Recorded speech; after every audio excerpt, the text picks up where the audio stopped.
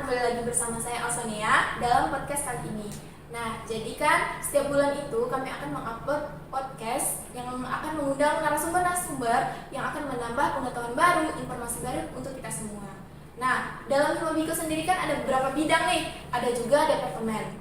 Nah, sekarang saya kan sudah bersama dengan mbak-mbak, nah yang akan menjadi narasumber pada podcast kali ini. Nah, penasaran kan mereka ini dari bidang apa sih? Atau ada yang dari departemen nih? Oke, jadi langsung aja kita perkenalan terlebih dahulu untuk lebih tahu. Nah, untuk yang pertama boleh nih mbak, perkenalan dulu. Oke, boleh ya. Saya perkenalkan diri terlebih dahulu. Nama saya Putri Apriani, saya Kepala Bidang Kerohanian. Saya merupakan mahasiswa bimbingan dan konseling angkatan 21 atau sekarang lagi menempuh semester 6. Alamat saya dari Malang, Bengkulu Selatan. Halo Mbak Putri. Halo. Boleh nih Mbak. Baik, perkenalkan nama saya Aulia Dwi Putri dari angkatan 2021.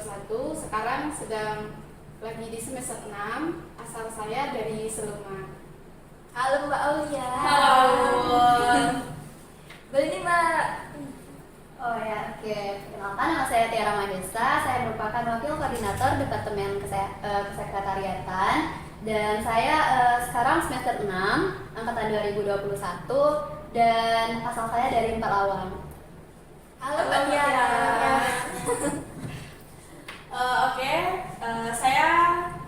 Nama saya Novita Sinarmawati, teman-teman bisa manggil saya Cindy. Saya merupakan koordinator dari Departemen Kesekretariatan. Saya angkatan 2021, sekolah juga sama mereka bertiga. Saya juga duduk di semester 6. Saya berasal dari Desa Girimulya, Bengkulu Utara. Oke, halo dulu dong Mbak, kamu sini ya. Halo. Nah, kan kita udah kenalan. Nah, tadi kan Mbak Putri ini sebagai kepala bidang kerohanian, Mbak Aulia sebagai wakil dari bidang kerohanian, dan Mbak Cindy itu sebagai Koordinator Departemen Kesekretariatan. Mbak Tiara. Sebagai wakil koordinator Departemen Kesekretariatan. Nah, jadi boleh nih diingat teman-teman, kalau misalnya kita mau menghubungi mereka-mereka ini, boleh untuk hubungi nomor di bawah ini. Ya, boleh langsung dihubungi. Nah, kan tadi kita sudah kenalan. Nah, Mbak ini kan memilih prodi bimbingan konseling ini. Kalau boleh tahu nih Mbak sendiri itu lulus itu dari jalur apa nih Mbak? Kalau saya lulus dari jalur SBMPTN. Jadi tes dulu, terbitan dulu baru lulus. Ya, sama dari SBMPTN juga. Nah, kalau saya sendiri, saya jalur SNBP, ya jalur prestasi atau nilai raport, Pak. Iya. Sama kalau Mbak juga jalur SNBP juga. Oke, jadi kan berbeda-beda nih teman-teman jalur untuk masuk prodi BK. Tapi sebenarnya itu semua sama saja, tapi beda prosesnya aja. Nah, untuk ini Mbak, alasan Mbak memilih prodi bimbingan konseling itu apa sih? Boleh nih Mbak Putri dulu. Ya.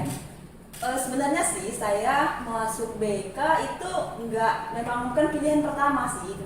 Dulunya saya mau masuk ke pendidikan IPA, tapi saya itu takutnya di mana? Takutnya di nilai raport kemarin itu.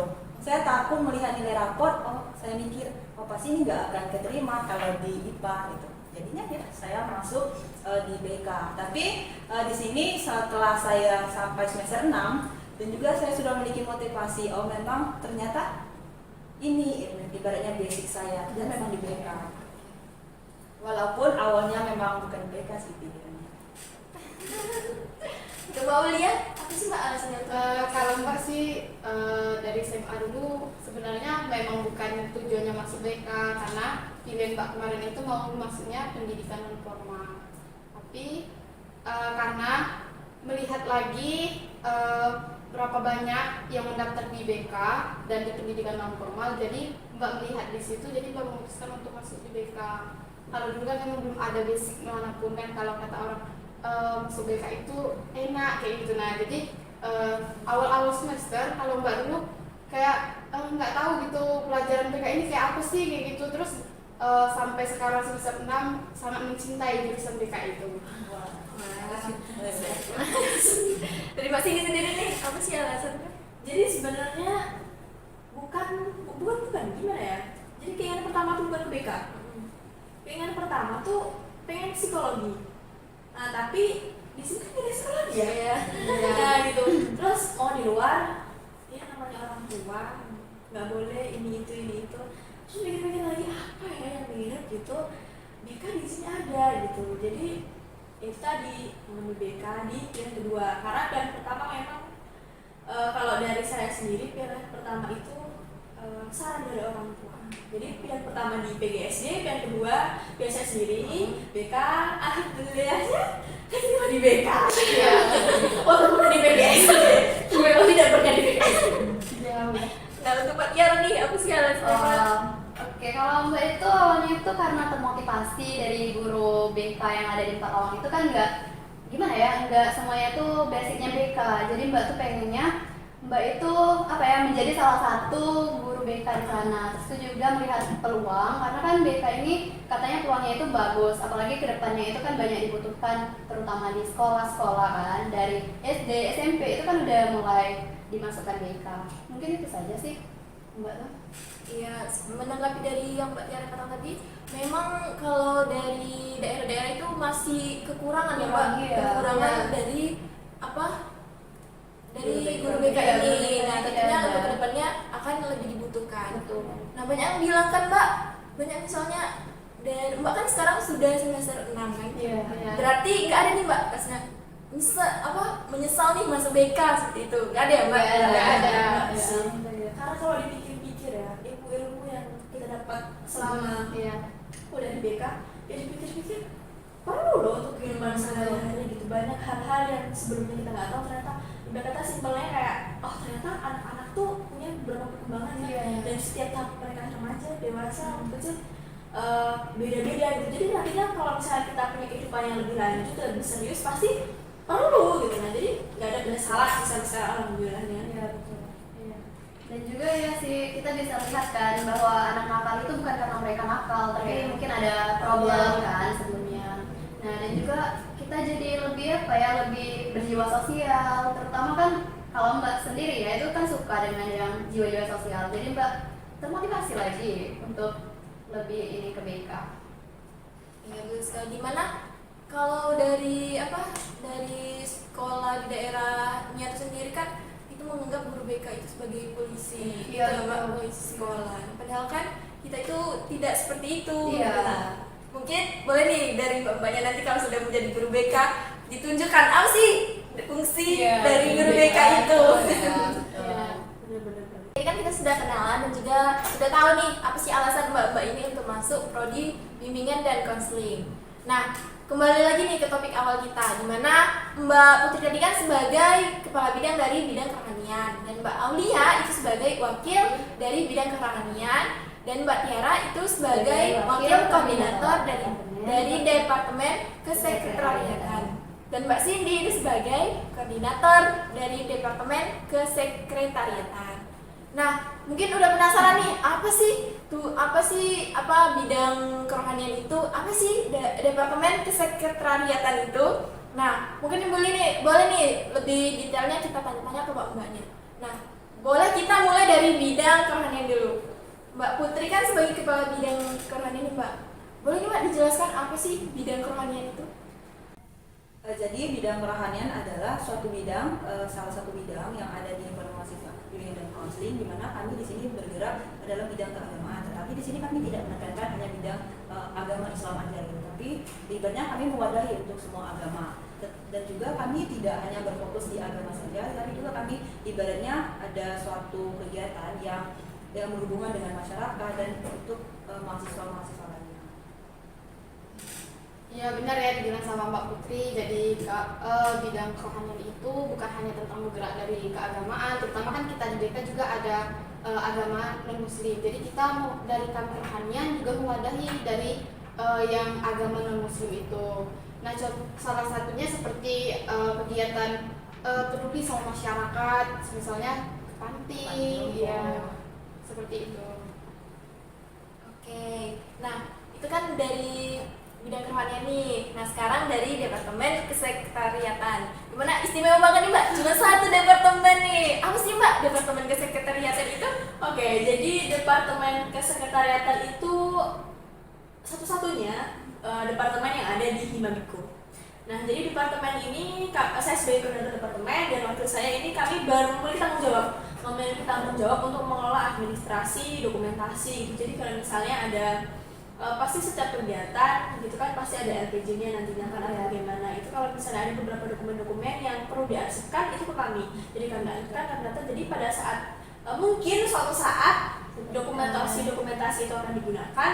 Nah itu tuh ada arsip-arsipnya di sekre gitu. Jadi kami bertugas lebih ke di sekre gitu. Ya, dan juga selain dari yang disebutkan oleh Cindy tadi, kami juga ini ada tanggung jawab untuk mengadakan dan juga mendata gitu inventaris baik yang disebut dengan sarana prasarana maupun semuanya yang ada di sekre. Jadi kami sangat bertanggung jawab terutama di sekre.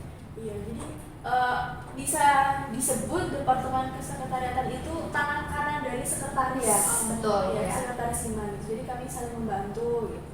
Itu sih ya. Ya. Oke, jadi masing-masing bidang dan juga departemen itu memiliki perannya masing-masing ya Iya, Mbak. betul, Itu sangat iya. penting untuk hima kita. Nah untuk prokernya sendiri nih Mbak, tentunya Mbak punya proker dong. Benar. Ya, Iya, pasti. benar, ya. Nah boleh nih Mbak dijelaskan nih apa aja sih proker dari Departemen Kesekretariatan dulu. Oke, jadi di Departemen Kesekretariatan itu kami ada 2 proker. Jadi yang pertama ada proker tertulis dan proker tidak tertulis. Nah, proker tertulis kami itu ada Planning Tank at Himabiko. Jadi proker ini berjalan 2 bulan sekali, dilaksanakan selama 2 bulan sekali, atau setelah kegiatan-kegiatan besar dilaksanakan selama 1 periode kepengurusan kami. Jadi kegiatan besar itu misalnya kayak kita bentar lagi mau ke KBBK nih gitu kan.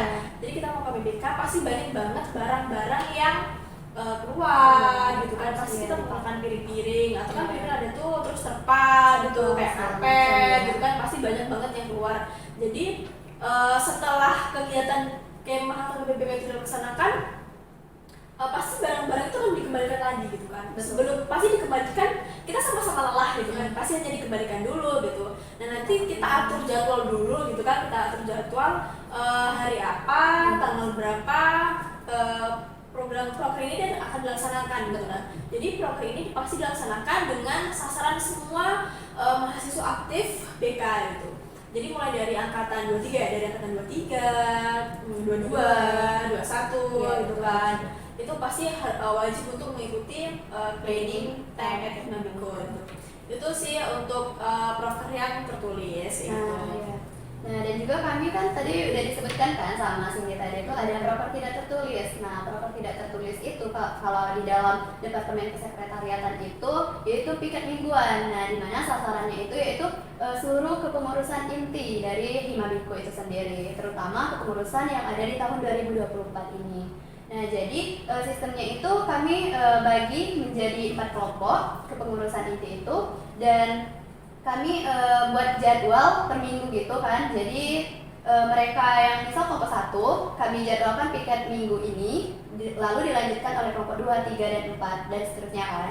Nah, jadi di situ kami kenapa kami membuat piket mingguan itu yaitu agar supaya sekre itu bersih terus gitu kan. Kita kan anak hima biasanya kan sering ngumpul lah di sekre. Nah, jadi kami tuh pengennya sekre itu menjadi aman, nyaman, bersih seperti itu. Dan juga kami menekankan kepada pengurus inti terutama kalau tidak piket mingguan itu bakal dikenakan sanksi berupa denda. Ya, itu Mbak Cindy sendiri sih yang merancangnya supaya terbentuk jiwa kedisiplinan kan.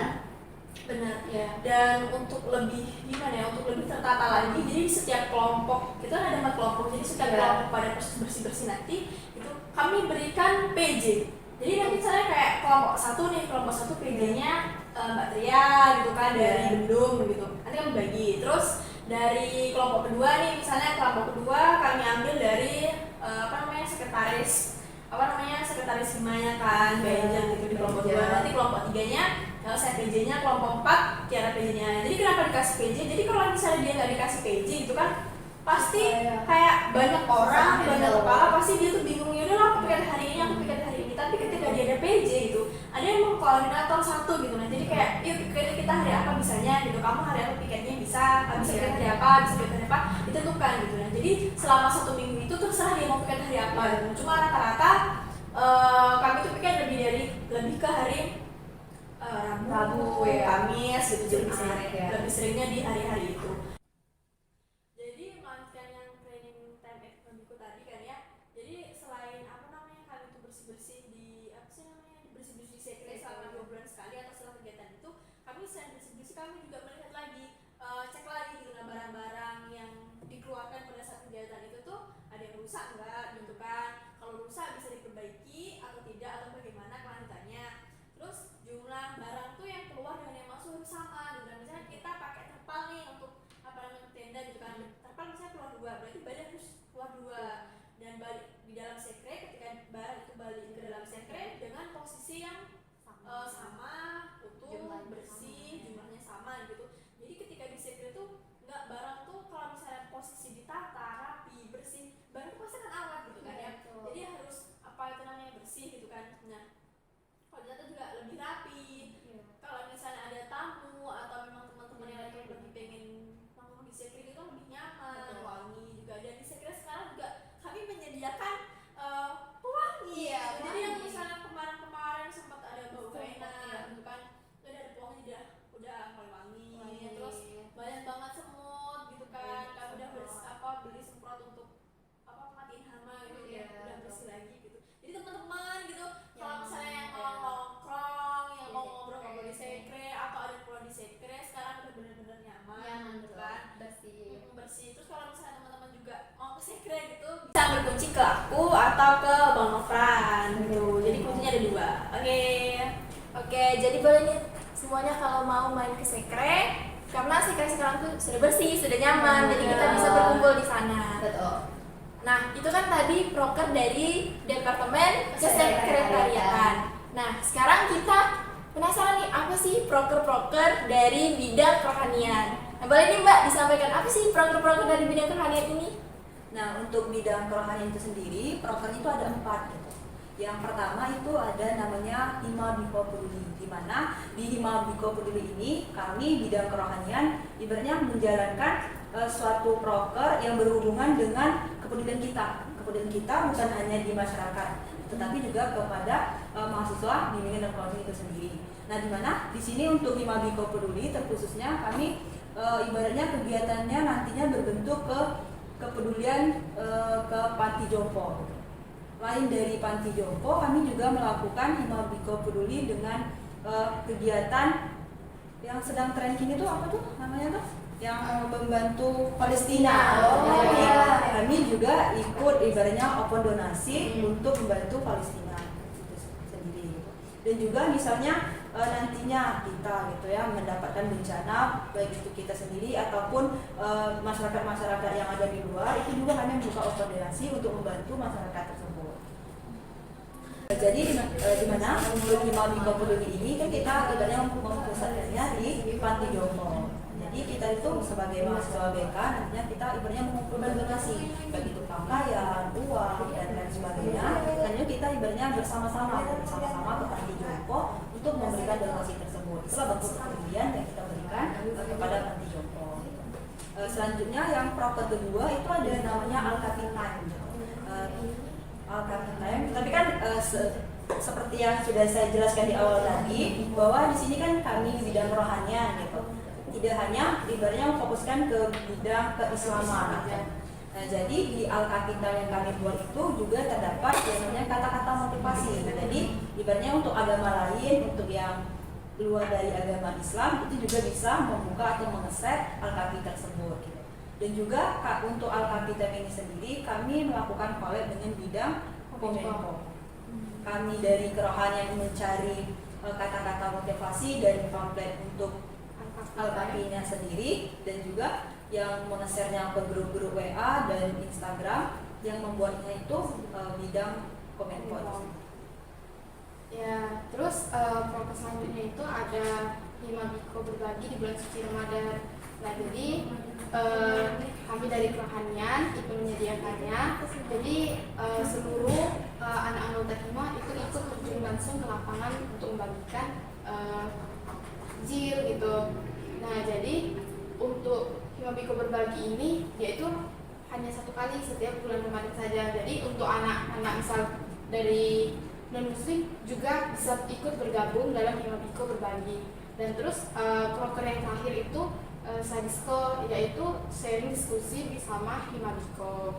Jadi dari kami kerohanian itu mengangkat tema misalnya kayak kita yang sedang di kampus ini, isu-isu yang sedang tren, misalnya seperti kenaikan UKT misalnya.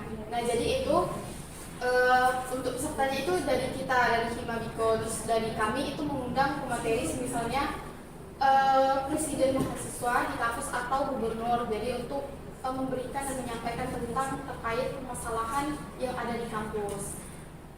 Oke, berarti yang Al-Kahfi Time itu tadi itu berarti setiap desain itu dari merupakan bagian proker dari bidang kerohanian ya Mbak? Iya. Kan ada tuh kita kan di share untuk saling mengingatkan ya Mbak. Nah, berarti itu bagian dari proker kerohanian Iya. yang bekerja sama dengan Kominfo.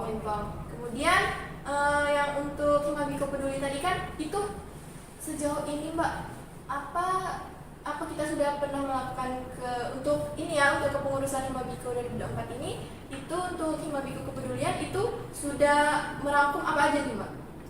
Dilaksanakan. Kan ada 4 pakar ya. Untuk yang Himabiko Peduli itu kami kemarin tuh sudah digabungkan dengan Himabiko Berbagi di jalan-jalan itu. Tapi di sini kami kemarin tuh bentuknya kami ganti dengan Himabiko Peduli dan Himabiko Berbagi langsung ke panti asuhan gitu. Itu bentuknya salah satu yang sudah kami jalankan.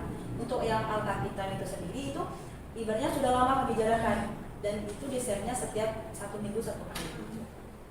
Ya, terus untuk Himabiko Peduli ini dari hima-hima lain atau UKM lain itu bisa berkolaborasi dari kerohanian. Biasanya dari hima lain atau UKM itu bisa menghubungi kami berdua untuk melakukan kolaborasi. Oke, jadi itu ya proker-proker dari bidang kerohanian. Dimana tadi ada 4 ya Mbak. Iya. Yang pertama itu tadi ada Himabiko Peduli, ada Al-Kahfi, Iya. ada Al-Kahfi Time, ada juga Himabiko Berbagi. Himabiko Berbagi di bulan suci Ramadan, dan ada Ada Sadisko. Sadisko, sharing Nah. diskusi bersama Himabiko. Oke, jadi sudah tahu ya proker-proker dari bidang kerohanian, dari Departemen Kesekretariatan juga. Nah, mungkin Mbak, boleh nih Mbak dijelaskan secara intinya apa sih tugas merangkum dari segala yang sudah disampaikan tadi nih? Oh, ya. Apa sih tugas dari Departemen Kesekretariatan dan juga bidang kerohanian? Boleh nih Mbak, yang mana nih? Yang mana duluan? Yang mana ya? Yang mana aja sih? yang dulu? Mbak Cindy boleh, Mbak Tiara boleh. Ya, jadi merangkum dari beberapa tadi itu, jadi tugas utama ya dari Departemen Kesekretariatan itu, yaitu yang pertama itu pengadaan dan pendataan inventaris tadi kan sudah disebutkan, dan juga melakukan apa ya, cleaning time di Sekre Himabiko tuh. Jadi mungkin itu saja, ditambah Mbak Cindy. Apa namanya, membantu sekretaris juga kan dari surat-surat itu kita arsipkan, kita tata, dan kita juga lebih kita juga memastikan bahwa sekre itu tuh rapi, bersih gitu. Jadi ada 2 hal yang Betul. utama. Oke, untuk bidang kerohanian sendiri nih Mbak. Kalau dari kerohanian kami membuka wadah dari kayak misal bukan hanya dari agama Islam saja yang masuk, agama non Muslim juga masuk dari bisa kerohanian seperti misalnya kayak Himabiko Peduli. Jadi mereka juga ikut terjun langsung mengikuti kegiatan kerohanian. Ya, dan juga di sini kami bertujuan, ibaratnya kita kan sebagai mahasiswa BK gitu. Mahasiswa BK pasti ibaratnya memiliki ilmu, bukan ilmu sih, yang bisa dikatakan kesosialan, jiwa sosial yang sangat dituntut untuk tinggi gitu kan. Nah, jadi di dalam kerohanian ini sendiri atau bidang kerohanian ini sendiri kami ibaratnya mentang gitu, atau ibaratnya mengajak gitu anak BK untuk peduli kepada masyarakat, peduli antar sesama mahasiswanya, dan juga ibaratnya kita tuh nggak hanya di saling teman atau nggak hanya di BK aja kita peduli, tapi di masyarakat juga kita harus ibaratnya nampakkan gitu. Oh, ternyata mahasiswa BK ini peduli terhadap masyarakat, terhadap orang lain gitu. Jadi benar sekali ya Mbak, dimana kita sebagai manusia ya sebenarnya, terutama Iya. sebagai mahasiswa di Nemkosnya ini, kita harus mempunyai kepedulian baik itu untuk peserta didik kita nanti dan juga masyarakat, lingkungan sosial kita dan orang lain juga. Nah, mungkin pertanyaan terakhir nih Mbak, apa sih tips-tips untuk teman-teman yang mau masuk ke bidang kerohanian, ke bidang departemen kesekretariatan yang perlu dipersiapkan nih dan lebih tertarik untuk masuk departemen dan juga bidang tersebut? Kalau untuk gimana ya, lebih ke bukan tips ya gimana ya. Iya. Kalau dari aku teman-teman ya yang mau gabung ke Hima sama di departemen kesekretariatan, ini teman-teman belajarlah disiplin dari sekarang, belajar disiplin dari sekarang dan teliti gitu kan. Iya, Karena betul. kadang-kadang barang tuh ada yang pinjam tapi lupa gitu. Jadi kita harus juga inget-inget kita gitu kan, kita juga harus ingetin dia, terus kita harus bisa mengatur jadwal bersih-bersih, apalagi jadwal setiap orang tua beda-beda. Kita berlima aja kalau misalnya mau tiket gitu pasti aku hari ini nggak bisa lah, aku hari ini nggak bisa. Jadi ternyata kita untuk mengatur jadwal gimana gitu kan. Apa lagi ya, dan satu lagi, jadi satu hal yang saya dapat gitu kan dari saya di departemen kesekretariatan itu, saya dituntut dari pertama dituntut untuk bisa teliti, rapi, dan disiplin. Dari situlah kebiasaan-kebiasaan itu saya muncul. Jadi sekarang bisa lebih disiplin, apalagi teliti untuk dampak positif. Iya, betul. Gitu, lebih ke yang sebelum-belumnya nih kayak belum tahu gitu ya, kita harus bikin surat-surat dokumentasi bagaimana sekarang kita tahu. Jadi beberapa hal yang kita tidak tahu di luar, dari sinilah kita bisa tahu gitu sih. Untuk bidang kerohanian ini Mbak, apa sih mungkin ada yang mau disampaikan nih untuk teman-teman yang mau masuk ke bidang kerohanian? Jadi nantinya untuk teman-teman yang mau bergabung di bidang kerohanian, kalian itu tidak usah takut.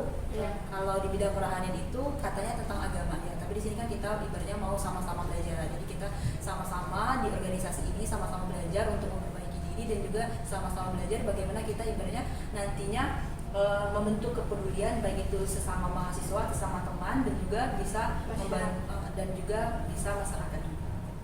Ya benar sekali, kan di kerohanian ini kami itu bukan mewadahi agama Islam saja, tapi bagi yang non muslim itu bisa juga masuk di bidang kerohanian kami gitu. Oke, jadi itu ya tadi dari sudah dijelaskan dari bidang kerohanian, dari departemen kesekretariatan. Nah, jadi teman-teman boleh nih kalau misalnya masih bingung atau masih ada yang belum masih ada yang ingin diketahui, boleh tanya langsung dengan mbak-mbak ini. Kan sudah kenalan tadi ya. Nah, mungkin untuk yang terakhir Mbak, boleh nih ajak teman-teman semua yang mau bergabung ke dalam kepengurusan Hima Biko. Kepengurusan? Ya. Boleh. Jadi untuk angkatan 22, 23 yang pengen jadi anggota kepengurusan Hima Biko, ditunggu, kalian tidak akan menyesal karena banyak sekali manfaat-manfaat yang akan kalian dapatkan. Oke, ditunggu Ya, guys. dadah. Oke, jadi nanti kalau misalnya banyak sekali yang manfaat-manfaat ketika kita masuk ke dalam organisasi atau kepengurusan. Jadi ditunggu ya teman-teman yang mau masuk ke pengurusan dan juga ke Hima Biko. Jadi itu ya, tadi kita sudah kenalan dengan bidang kerohanian dan juga departemen kesekretariatan. Nah, untuk podcast selanjutnya kita akan kenal lagi nih dengan bidang-bidang yang lain, dimana dalam kepengurusan Hima Biko itu ada beberapa bidang lagi nih. Jadi kita akan kenalan. Jadi ditunggu ya untuk podcast selanjutnya. Untuk podcast kali ini, saya selaku host hari ini mengucapkan mohon maaf apabila misalnya ada kesalahan kata ataupun kalimat. Dan juga saya terima kasih kepada mbak-mbak yang sudah mau meluangkan waktunya, sudah mau berbagi informasi untuk teman-teman semua. Dan untuk hari ini, podcast hari ini cukup sampai di sini. Sampai jumpa untuk podcast selanjutnya. Boleh nih mbak untuk saya hai dulu ke kamera. Dadah. Oke, saya akhiri. Assalamualaikum warahmatullahi wabarakatuh. Waalaikumsalam warahmatullahi wabarakatuh. Audio Jungle.